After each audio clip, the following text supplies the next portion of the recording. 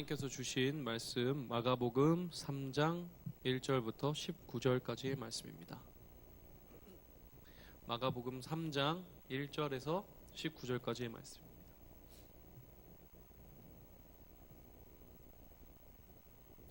다 찾으신 줄 믿고 봉독하도록 하겠습니다. 예수께서 다시 회당에 들어가시니 한쪽 손 마른 사람이 거기 있는지라. 사람들이 예수를 고발하려 하여 안식일에 그 사람을 고치시는가 주시하고 있거늘 예수께서 손 마른 사람에게 이르시되 한가운데에 일어서라 하시고 그들에게 이르시되 안식일에 선을 행하는 것과 악을 행하는 것 생명을 구하는 것 죽이는 것 어느 것이 옳으냐 하시니 그들이 잠잠하거늘 그들의 마음이 완악함을 탄식하사 노하심으로 그들을 둘러보시고 그 사람에게 이르시되 내 손을 내밀라 하시니 내밀매 그 손이 회복되었더라. 바리새인들이 나가서 곧 헤롯 당과 함께 어떻게 하여 예수를 죽일까 의논하니라. 예수께서 제자들과 함께 바다로 물러가시니 갈릴리에서 큰 무리가 따르며 유대와 예루살렘과 이두메와 요단강 건너편과 또 두로와 시돈 근처에서 많은 무리가 그가 하신 큰 일을 듣고 나아오는지라. 예수께서 무리가 애워싸 미는 것을 피하기 위하여 작은 배를 대기하도록 제자들에게 명하셨으니 이는 많은 사람을 고치셨으므로 병으로 고생하는 자들이 예수를 만지고자 하여 몰려왔음이더라. 더러운 귀신들도 어느 때든지 예수를 보면 그 앞에 엎드려 부르짖어 이르되 당신은 하나님의 아들이니이다 하니 예수께서 자기를 나타내지 말라고 많이 경고하시니라. 또 산에 오르사 자기가 원하는 자들을 부르시니 나아온지라. 이에 12를 세우셨으니 이는 자기와 함께 있게 하시고 또 보내사 전도도 하며 귀신을 내쫓는 권능도 가지게 하려 하심이로라. 이 12를 세우셨으니 시몬에게는 베드로란 이름을 더하셨고 또 세베대의 아들 야고보와 야고보의 형제 요한이니 이 둘에게는 보아너게 곧 우레의 아들이란 이름을 더하셨으며 또 안드레와 빌립과 바돌로메와 마테와 도마와 알페오의 아들 야고보와 및 다데오와 가나안인 시몬이며 또 가룟 유다니 이는 예수를 판 자더라. 아멘. 아멘. 안경을 잘못 끼고 와서 벗었다 꼈다를 또 반복해야 될 것 같습니다. 오늘은 예수님께서 안식일에 한쪽 손 많은 사람을 고쳐주시고 또 많은 무리들을 가르치시고 그리고 마침내 12제자를 부르시는 이 세 가지의 어떻게 보면 전혀 동떨어진 사건 같은 이 세 가지 사건을 하나로 묶어서 우리가 같이 묵상해 보려고 합니다. 가장 먼저 안식일에 예수님께서 맞닥뜨린 사람은 예수님을 대적하는 사람들이었어요.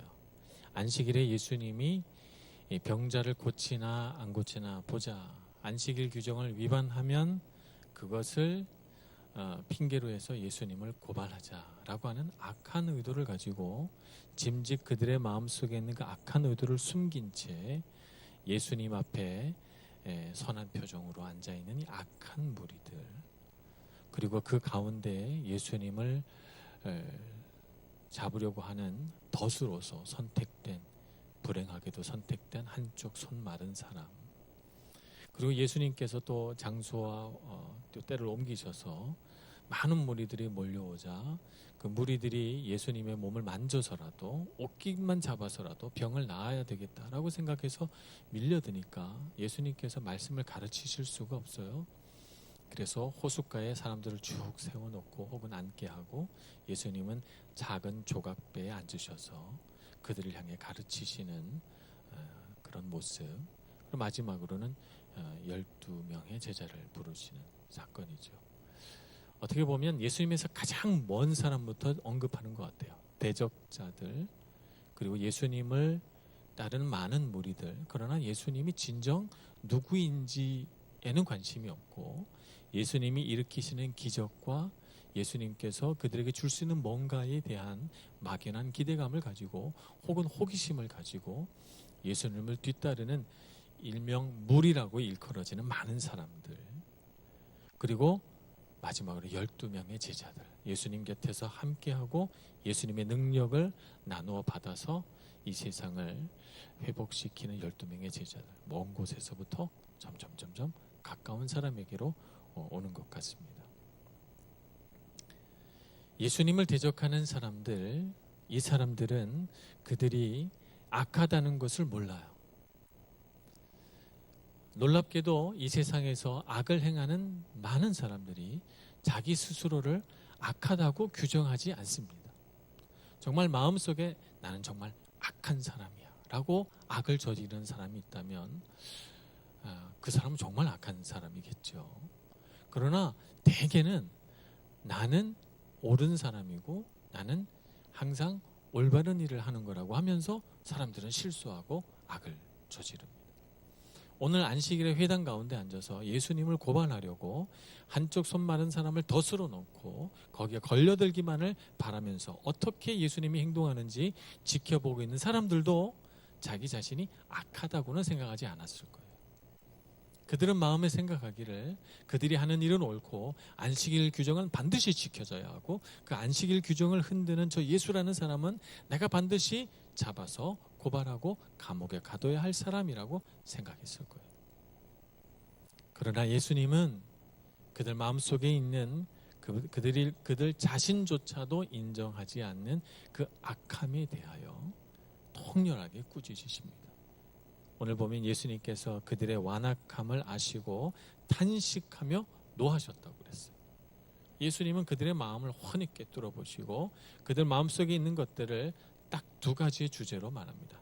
안식일에 선을 행하는 것과 악을 행하는 것, 생명을 살리는 것과 죽이는 것, 둘 중에 어떤 것을 해야 되겠느냐라고 물어보시죠. 말하자면 한쪽 손 마른 사람, 이 사람을 얼마든지 고치고 회복하고 그들 마음 가운데 그 마음 가운데 생명을 부어줄 수 있음에도 불구하고 그 일을 하지 않고 내버려 둔 채 그 사람은 방치해 놓고 어떻게 하면 예수를 잡을까 이 생각만 하고 있는 그들 마음속에 있는 죽음, 그들 마음속에 있는 생명을 존중하지 않는 마음, 그들 마음속에 있는 악함, 선으로 포장된 그 위선과 그 안에 도사리고 있는 그들의 부패함에 대하여 예수님이 통렬히 꾸짖으시고 그 손 마른 사람에게 손을 내밀라 이렇게 말씀합니다. 우리는 우리 육체에 있는 보이는 장애를 장애라고 생각합니다만 그러나 우리 눈에 보이지 않는 이 영의 장애 또한 어떻게 보면 심각한 질병이요 장애라고 말할 수 있습니다.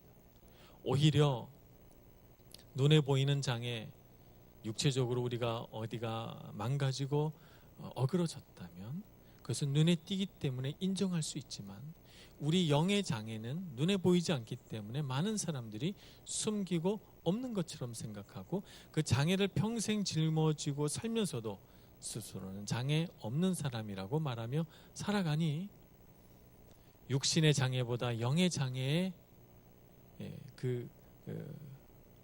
뭐라고 할까요? 악함은 그 영의 장애의 고통은 더 크다고 말할 수가 있는 것입니다. 그래서 우리는 하나님 앞에 우리 마음을 고치고 나아가야 합니다.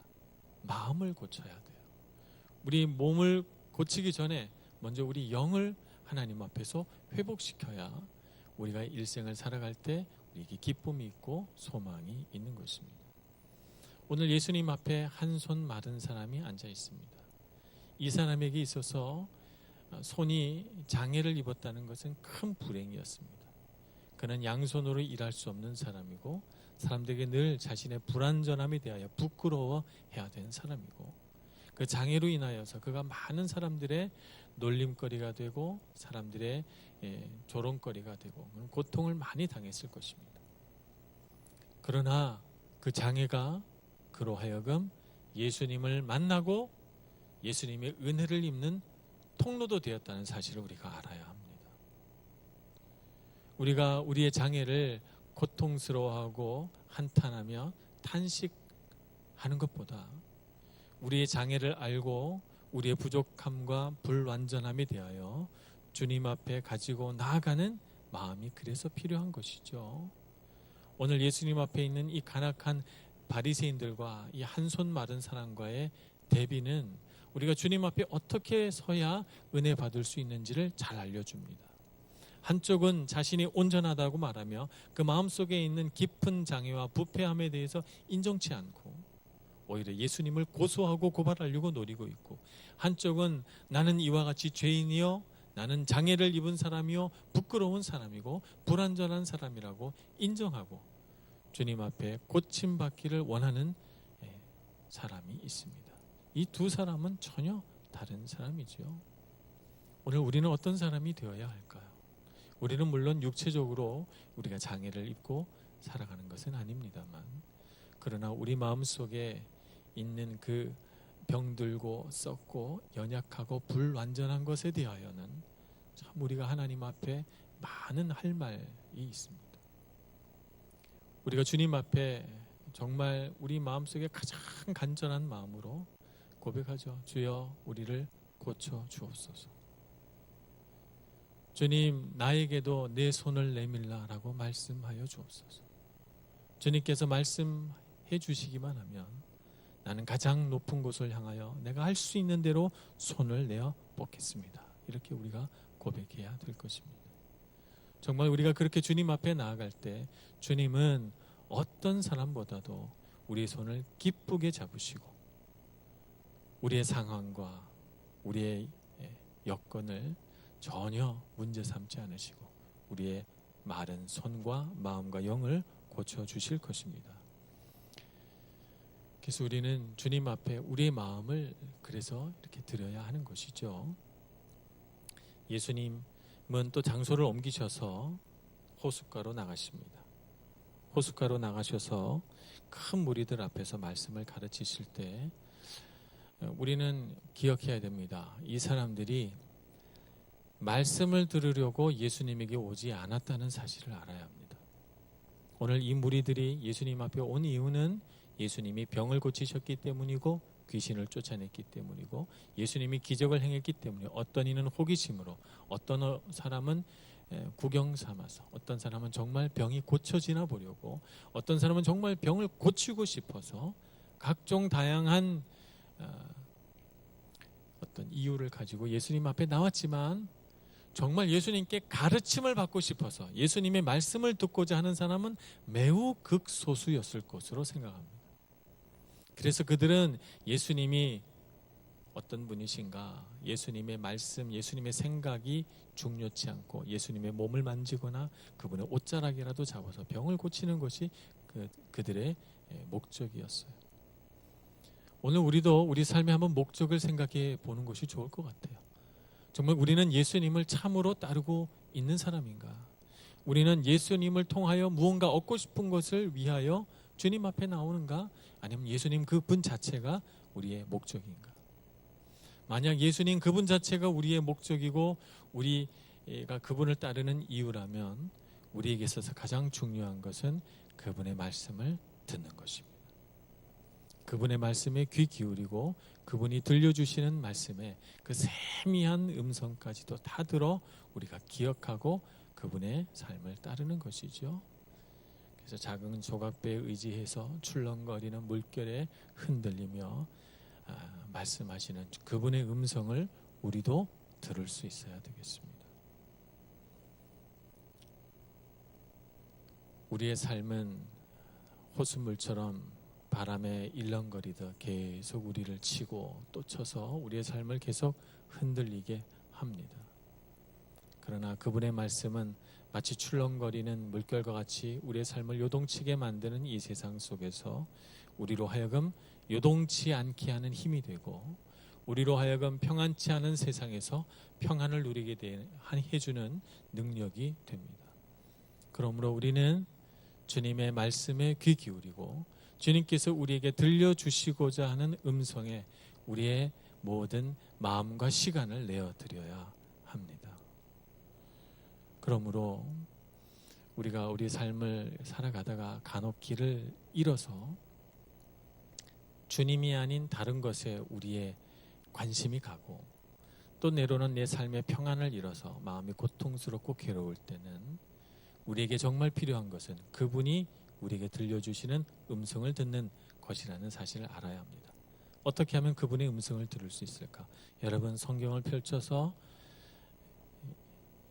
주님의 음성을 들어야 합니다. 말씀을 읽으셔야 합니다. 우리의 눈길이 머무는 데까지 주님의 말씀을 읽고 또 또 묵상하고 우리 마음에 받아들여서 주님께서 명확하게 우리 마음에 말씀하시는 것을 들으시고 그 음성으로 여러분 마음의 평안과 기쁨을 다시 회복하시기를 축복합니다. 마지막으로 예수님은 12명의 사도를 부르셨습니다. 제자들을 부르셨죠. 제자들을 부른 이유가 여기 세 가지 소개합니다. 하나는 예수님과 함께 있게 하려고, 또 하나는 파송하여 전도하게 하려고, 세 번째는 예수님의 능력을 나누어 주어 그들도 귀신을 쫓아내게 하려고. 귀신을 쫓아낸다는 것은 병을 고치는 것과 같은 것을 다 포함하는 것입니다. 이 세 가지 목적 중에 가장 첫 번째가 예수님과 함께 있는 것이라고 성경은 기록하고 있습니다. 제자에 있어서 가장 중요한 것은 주님과 함께 있는 것입니다. 제자는 스승과 함께 있어야 제자입니다. 그러므로 우리는 제자로서 이런저런 책임과 의무를 많이 가지고 살아가지만 제자에게 있어서 가장 중요한 것은 스승과 함께 있는 것입니다. 그러니 여러분, 주님과 함께 동행하시기를 바랍니다. 주님은 늘 우리가 손만 뻗으면 닿을 수 있는 곳에 계십니다. 그러니 주님의 이름을 부르시고 주님의 가르침을 들으시고 주님과 함께 머물러서 주님이 내 삶에 항상 함께 계시는구나 하는 것을 느끼고 또 그것을 우리 일상생활 속에서 고백할 수 있는 여러분들 되시기를 바랍니다. 삶이 참 힘들고 어려워요. 무거운 짐이 많고 우리의 앞날은 우리 한 치 앞도 내다볼 수 없기 때문에 늘 불안합니다. 그런 가운데 우리가 예수님과 함께하지 않는다면 우리의 삶은 얼마나 더 어렵겠습니까? 그러니 꼭 주님과 동행하시기를 구하고 또 주님과 함께 있는 것을 큰 기쁨으로 여기시는 여러분 모두가 되시기를 간절히 축원합니다. 기도하겠습니다. 자비로우신 하나님, 우리에게 주신 주님의 은혜가 너무나도 큰데 우리에게 주신 은혜를 세어보기보다는 우리가 갖지 못한 것, 우리에게 결핍된 것에 우리의 마음이 쏠려 있어서 감사할 줄 모르고 기뻐하지 못한 채 살아왔습니다. 주님, 저희들을 불쌍히 여겨 주시고 우리가 얼마나 큰 은혜를 받은 사람이며 현재 우리가 받고 있는 고난과 고통은 금세 지나갈 것이며 오히려 우리를 그 고난과 어려움 속에서 성장시켜내시는 주님의 능력과 그 은혜를 우리가 깊이 찬송할 수 있도록 은혜 내려 주시옵소서. 오늘 이 예수님 앞에서 고침받은 손 마른 사람과 같이 주님, 우리의 상한 심령도 우리의 장애를 입은 영도 고쳐주시고 회복시켜 주시옵소서. 예수님의 이름으로 기도합니다. 아멘.